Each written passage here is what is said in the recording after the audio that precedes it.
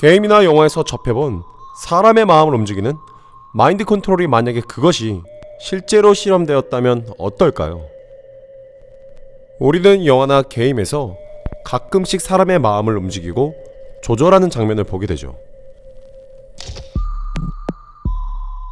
그러면서 말도 안 되는 상황이니 그냥 픽션으로 넘기고 말죠.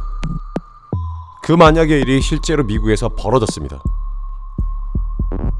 실제로 미국에서 일어난 사건이고 1995년 미국의 빌 클린턴 대통령이 직접 사과를 했습니다.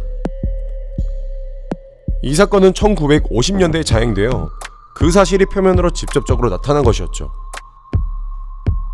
당시에는 생체 실험을 통해 인간의 정신을 조종할 수 있는 초능력자들을 극비에 양성하고 있다는 음모론이 나돌고 있었습니다. 당시에는 말도 안 되는 내용이라 사람들은 쉽게 믿지 않았지만 1974년 뉴욕타임즈가 관련 문서를 공개하며 진실이 드러났습니다. 이 실험의 시작은 정말로 놀랍게도 우리나라와 연관이 있었습니다. 그 연관성은 우리나라의 6.25 전쟁 발발 당시 중공군이나 북한에 잡힌 미군 포로 중 짧은 시간 내 세뇌가 되어 공산주의자가 돼버린 경우가 있었죠.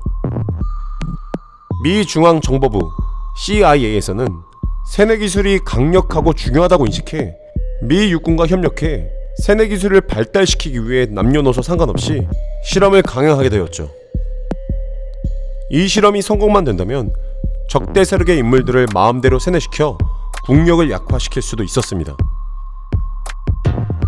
그들은 자국민에게 세뇌시키기 위해 마약은 기본이고 실제로 서브 프로젝트만 54개 달하며 거기에는 전기, 빛, 음향, 방사능, 화학, 약학, 생물학의 뇌외과 수술을 포함한 광범위한 기술을 동원하여 기본적인 세뇌 기술은 물론이고 역세뇌, 세뇌 해제, 기억 소거, 기억 주입 등 다양한 방법으로 인체 실험을 진행했습니다.